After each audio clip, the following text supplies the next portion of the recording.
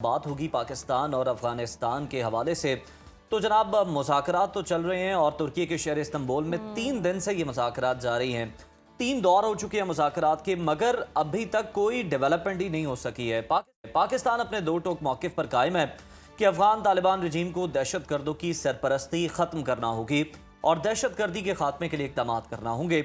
मेज़बान ममालिक भी ये तस्लीम करते हैं कि पाकिस्तान के मुतालबात बहुत ही माकूल और जायज़ हैं, लेकिन दिलचस्प तौर पर अफगान तालिबान का वफ्द खुद भी समझता है कि उन मुतालबात को मानना दुरुस्त है, लेकिन किसी रिटन एग्रीमेंट की तरफ वो नहीं आ रहे, सिर्फ वर्बल कमिटमेंट्स जो हैं वो की जा रही है। और ज़राए के मुताबिक अफगान तालिबान का वफ्द पाकिस्तान के मुतालबात को पूरी तरह तस्लीम करने को तैयार नहीं है और तहरीरी वादे से गुरेज कर रहा है, जिसकी वजह से सूरत हाल मज़ीद पेचीदा होती जा रही है। और ये भी ज़राए का बताना है कि जी अफगान तालिबान के वफ्द को काबुल से कंट्रोल किया जा रहा है। अफगान तालिबान का वफ्द बार बार काबुल इंतज़ामिया से राबते करके उन्हीं के अहकामात के मुताबिक आगे बढ़ रहा है, ताकि काबुल जो इंतज़ामिया से कोई हौसला अफजा जवाब नहीं आ रहा, जिससे तातुल पैदा हो रहा है और ऐसा लगता है कि काबुल में कुछ अनासिर किसी और एजेंडे पर काम करें, जिसकी वजह से शायद रिप्लाई भी नहीं आ रहा है। और सिक्योरिटी ज़राए के मुताबिक अफगान तालिबान की हठधर्मी और पाकिस्तान के साथ मुज़ाकरात में अदम ताउन दीगर फरीकैन पर भी वाज़े हो गए। दोहा में पाकिस्तान अफगान तालिबान के दरमियान मुज़ाकरात के दौरान पाकिस्तान के पेश करदा मुतालबात मुकम्मल तौर पर वाज़े शवाहिद पर मबनी और मसले का हकीकी हल है। तुर्की कोशिश कर रहा है कि तालिबान वफ्द ज़मीनी हकाइक और शवाहिद को समझने की कोशिश जारी रखे और तालिबान वफ्द संजीदगी से ताउन करे ताकि मुज़ाकरात नतीजा खेज हो सकें। पाकिस्तानी वफ्द की जानिब से बारहा ये नुक्ता वाज़े किया गया कि इन मुतालबात को तस्लीम करना सबके मफाद में है, जबकि मेज़बान ममालिक ने भी अफगान वफ्द को ये बात समझाई है। माहिरीन के मुताबिक अब सारा दारोमदार तालिबान के संजीदा और अमली ताउन पर है। बसूरत दीगर खत्ते में एक नया फैसला कुन मरहला शुरू होने वाला है। जी बिल्कुल, और इसी तमाम तर सूरत हाल पर बात करने के लिए हमारे साथ मौजूद हैं दिफाकार ब्रिगेडियर रिटायर्ड अहमद सईद मिन्हाज साहब। बहुत शुक्रिया आपके वक्त का। वेलकम टू सुनो पाकिस्तान। और जिस तरह से हम देख रहे हैं, पाकिस्तान और अफगानिस्तान के दरमियान इस्तांबुल में मुज़ाकरात के 3 दौर हो चुके हैं और अभी तक कोई पेशरफ सामने नहीं आई है। तो क्या पाक अफगान मुज़ाकरात नतीजा खेज साबित होंगे और जो मुतालबात पाकिस्तान की जानिब से किए जा रहे हैं, अफगान तालिबान इस चीज़ को समझेंगे, मानेंगे? देखिए, मैं इसको ना बहुत कॉशियस ऑप्टिमिज्म वाली अप्रोच कहूँगा कि अगर ये जो मुज़ाकरात ये कामयाब होते हैं, बदकिस्मती से जो ये अफगानी तालिबान रजीम ने इंडिया की प्रॉक्सी बनने की जो ठानी है, जो कि वहाँ के गयूर अवाम जो है अफगानिस्तान के, उनकी मेरे ख्याल में मांगों के खिलाफ होंगे, क्योंकि वो 2 सुपर पावर से लड़ चुके हैं। वो कभी भी किराए के सोल्जर्स बनना नहीं चाहेंगे, वो भी पाकिस्तान के खिलाफ के जो कि 45 साल, क्योंकि मैं मानवाजी कर रहा था, तो लिहाजा एक कॉशियस ऑप्टिमिज्म जरूर है, लेकिन एट द सेम टाइम जो एक पेसिमिज्म वाली अप्रोच जो है वो भी है, क्योंकि जैसे आपने इब्तिदाइया में कहा कि उनको कंट्रोल किया जा रहा है अपना काबुल की जानिब से, तो काबुल ठीक है, उनका कैपिटल है, वहां से कंट्रोल करना बिल्कुल बनता है, लेकिन at the same time Kabul इस वक्त जो है वो जेर असर है इंडिया के, और इंडिया ये चाहता है कि वहाँ बिहार के इलेक्शन से पहले कोई इस तरह की हरकत करे कि जिसमें वो पाकिस्तान को जो उनका ऑपरेशन सिंदूर था उसको 2.0 किसी सूरत में वो लॉन्च करे। तो लिहाजा वेस्ट और ईस्ट की जानिब से पाकिस्तान पे एक मिलिट्री ऑपरेशन जो है वो शायद मुसल्लत करने की प्लानिंग है। लेकिन हमने, जैसे मैंने पहले भी अपने मुख्तलिफ मकामात पे कहा है कि हम डे 1 से इंडिया को पढ़ते हैं, और स्पेशली जिसका चाणक्य कौटिल्य है, जिसकी थ्योरी के मुताबिक जो इमीडिएट आपका नेबर है वो आपका दुश्मन है और आपके नेबर का नेबर आपका दोस्त है। तो लिहाजा इन तमाम चीजों को देखते हुए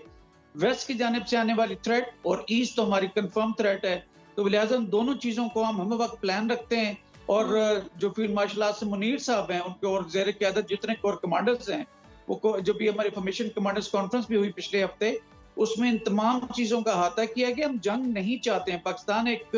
अमन पसंद मुल्क है जो न्यूक्लियर वेपन से लेस है। हमारे पर रिस्ट्रेंट, रिस्पॉन्सिबिलिटी, रैशनैलिटी, तमाम चीजों की जो है वो हम उनका ख्याल रखते हैं, लेकिन एट द सेम टाइम जब हमारी सालमियत के ऊपर बात आएगी, हमारी खुद मुख्तारी के ऊपर बात आएगी, या फॉर दैट मैटर हमारे पर टेररिज्म के अटैक लॉन्च किए जाएंगे, वो भी अफगानियों की जानिब से, कि जिनको हमने इतना जो उनकी मेहमान नवाजी की, और वो हज़रत अली रज़ी अल्लाह का जो कौल है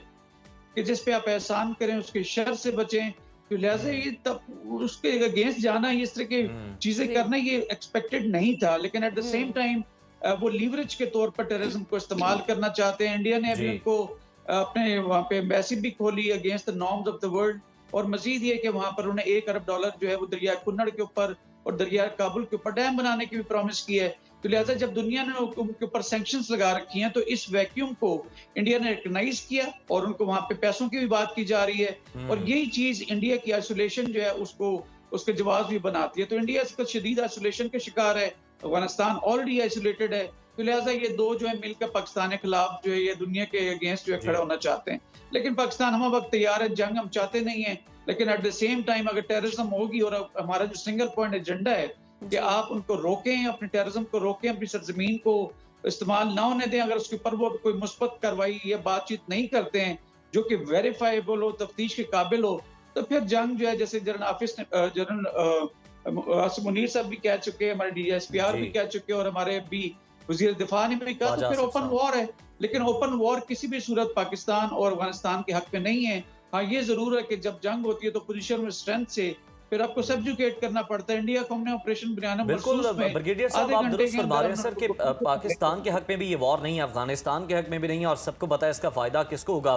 अफगान तालिबान खुद भी ये समझ रहे हैं कि पाकिस्तान के जो मुतालिबात हैं जायज़ हैं, मगर इसके बावजूद वो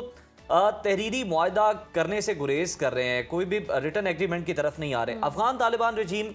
की जो है ये मुआहदा करने के लिए तैयार क्यों नहीं है, क्या वजह है, आपको क्या लगता है? देखिए, इस वक्त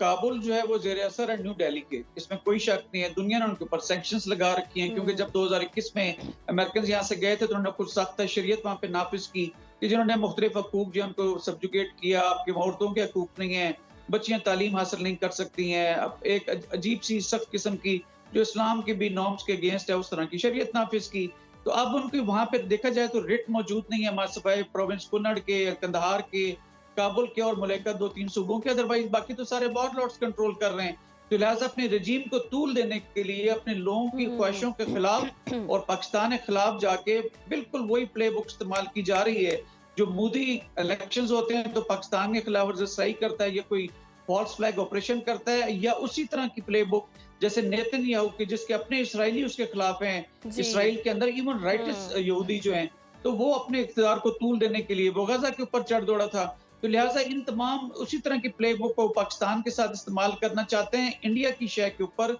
कि तुम जंग करो ताकि आपकी यकीनन ये सब इंडिया की शय के ऊपर ही हो रहा है। मतलब अफगान तालिबान जो हैं कलअदम TTP और फितनतुल खवारिज के खिलाफ कार्रवाई करने से क्यों हिचकिचा रहे हैं? क्या आप समझते हैं कि तालिबान की ये हठधर्मी उनकी अंदरूनी कमजोरियों की निशानदेही करती है या वो खुद भी कुछ ग्रुप्स पर मुकम्मल कंट्रोल नहीं रखते?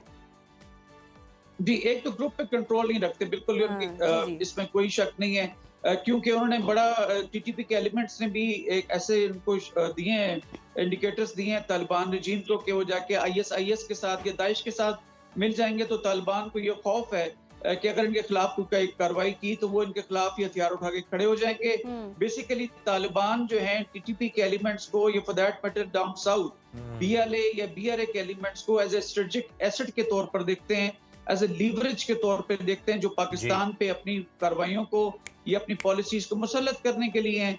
अभी भी अगर आप देखें तो हमारा सिंगल पॉइंट एजेंडा है सिक्योरिटी, जबकि उधर से अफगानियों के जो 3 पॉइंट एजेंडा है कि आप ठीक है हम सिक्योरिटी को देखते हैं, 2 कि उसको ओपनली मान नहीं रहे या कोई रिटर्न एग्रीमेंट नहीं कर रहे, लेकिन वो उसको मानते हैं। सेकंड उनके मुतालबा ये कि हमारी सोवरेनिटी का ख्याल रखें और पाकिस्तान ने कभी भी उनके सोवरेनिटी के इंटरफेरेंस नहीं की। हाँ, ऑब्जेक्ट जरूर किया कि आप इंडिया के साथ जाके उस तरह से बातचीत ना करें ये जो पाकिस्तान के इंटरेस्ट के खिलाफ हो। और नंबर 3 वो ये कहते हैं कि हमारे रिफ्यूजीज को वापस ना भेजें और ट्रेड हमारी जारी रहे। तो लिहाजा वो तमाम एडवांटेजेस तो हासिल करना चाहते हैं पाकिस्तान से जो पिछले 45 सालों से हम उनके साथ कर रहे हैं, लेकिन at the same time Pakistan की सालमियत और पाकिस्तान की सिक्योरिटी या फॉर दैट मैटर दहशतगर्दी के खिलाफ कार्रवाइयां नहीं करना चाहते। तो ये बड़ी बदकिस्मती की बात है। जी लेकिन अहमद साहब, और जिस तरह से हम देख रहे हैं कि मुज़ाकरात के दौर तो चल रहे हैं लेकिन अभी तक कोई पेशरफ्त नहीं हो रही है, और इन केस अगर ये मुज़ाकरात भी बेनतीजा रहते हैं तो खित्ते में दहशतगर्दी के खतरात किस हद तक बढ़ जाएंगे, और इस सूरत में पाकिस्तान की मुतबादिल हिकमत अमली क्या होनी चाहिए? देखिए, अगर अब टेररिज्म हमारे खिलाफ होगी तो आर्टिकल 51 UN चार्टर के तहत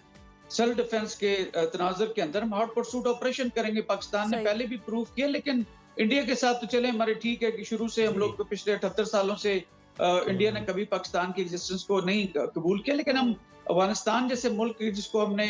USSR से बचाया और US को यहाँ से वापस अपने मुल्क को भेजने के लिए तमाम डिप्लोमेटिक और पॉलिटिकल हमने अपनी एक्टिविटीज की हैं, और अब वही जो है पाकिस्तान के खिलाफ जो खड़े हुए हैं, तो इसमें हमें दुख का एलिमेंट जरूर है। लेकिन एट द सेम टाइम तमाम मुल्कों के अपने अपने स्ट्रेटेजिक इंटरेस्ट होते हैं। अगर ये डायलॉग कामयाब नहीं होते और वहां से टेररिज्म उसी तरह से होती रहती है और वो मैं ना मानूं वाली रिट बरकरार रखते हैं, तो पाकिस्तान के पास कोई ऑप्शन नहीं सिवाय इसके कि या हम प्रिवेंटिव स्ट्राइक करें या प्रीएम्प्टिव स्ट्राइक करें या फिर हॉट परसूट के पीछे जाएं ऐसे तमाम ठिकानों के ऊपर कि जहां पर उनके टीटीपी के या बीएलए के एलिमेंट छुपे हुए हैं। लेकिन फिर ये जंग को एक वो हवा दे सकती है, और जो न्यूक्लियर वेपन स्टेट है वो जो है उसके न्यूक्लियर ओवरहैंग के नीचे अगर आप समझते हैं कि कोई लिमिटेड वॉर हो सकती है, जाके खाम ख्याल इंडिया की भी है, तो मैं नहीं समझता कि ये इस खत्ते के लिए बेहतर है। लिहाजा इसीलिए अमेरिका को इसमें शायद अपना रोल अदा करना होगा। और अगर मुस्लिम ममालिक को देखा जाए तो कतर और तुर्की तो ऑलरेडी कर रहे हैं, उसमें सऊदीया को भी रोल अदा करना पड़ेगा ताकि इस खत्ते के अमन को हम बरकरार रख सकें और मुस्लिम उम्मा जो है वो इत्तेहाद और यगानियत के साथ एग्जिस्ट कर सकें। जी अहमद साहब, बिल्कुल दुरुस्त फरमाया आपने कि आलमी दुनिया भी इसमें किरदार अदा कर सकती है, और जिस तरह से डोनाल्ड ट्रंप ने भी कहा कि वो तो जंगों के हामी नहीं हैं, और जिस तरह से उन्होंने जंगें ख़त्म करवाई हैं उनका बड़ा किरदार रहा है, उनको नोबेल इनाम भी देने का कहा जा रहा है। तो इस सारी सूरत हाल में आपको लगता है कि पाकिस्तान और अफगानिस्तान के मामले पर अमरीका कुछ जो है किरदार अदा कर सकता है? देखिए, अमेरिकन का इस खत्ते में इंटरेस्ट जरूर है vis-a-vis चाइना। हमने बड़ा डेलिकेट बैलेंस ऑलरेडी रखा हुआ है। ये हमारी डिप्लोमेटिक और पॉलिटिकल लीडरशिप जो है उनका मैं समझता हूँ कि बहुत बड़ी एक अच्छी अप्रोच भी है, और मैं उसको फतह का लफ्ज भी दूंगा कि उसने चाइना और अमेरिका के दरमियान एक बैलेंस रखा हुआ है। चाइना को भी हम नाराज नहीं करना चाहते, एट द सेम टाइम दुनिया के साथ अगर चलना है तो सोल सुपर पावर्स अमेरिकन हैं, तो लिहाजा दोनों के साथ मिलकर एक बैलेंस्ड एक रिलेशनशिप जो है वो हमारी प्रायोरिटी के अंदर मौजूद है, जो आपने मुख्तलिफ फॉरेन ऑफिस की स्टेटमेंट्स में भी देखा होगा। और हमारी पॉलिटिकल और मिलिट्री और डिप्लोमेटिक जो लीडरशिप है उनकी तमाम जितनी एफर्ट्स हैं वो भी हमने वाज़ेह तौर पे देखी होंगी। अमेरिकन का यस यहाँ पे इंटरेस्ट जरूर मौजूद है, और जहाँ तक प्रेसिडेंट ट्रंप की जात का ताल्लुक है वो हमेशा अपने आप को पीस ब्रोकर के तौर पर पहचाना जाना चाहते हैं, और इसीलिए वो पीस नोबेल प्राइज के लिए भी इस दफा एक कैंडिडेट थे। तो लिहाजा एक और जंग को वो रोकने के लिए अपना किरदार अदा करने में मेरा नहीं ख्याल है वो हिचकिचाएंगे। और अभी जब एयरफोर्स 1 के अंदर उन्होंने एक इंटरव्यू भी दिया था जिसमें उन्होंने कहा कि मैं इनके किरदार अदा कर सकता हूँ, लेकिन उसका जबकि मुझे रिक्वेस्ट की जाएगी या मैं देखूंगा कि मेरा रोल अब बनता है। तो लिहाजा यस, एक अश्योर्ड किस्म की ब्रोकरिंग ऑफ पीस के लिए अमेरिकन का रोल हो सकता है, पाकिस्तान मेरे ख्याल में उसको वेलकम भी करेगा। जी सही, अमेरिका इसमें रोल प्ले कर सकता है और पाकिस्तान वेलकम भी करेगा। बहुत शुक्रिया ब्रिगेडियर रिटायर्ड सैयद मिन्हाज साहब आपके वक्त का।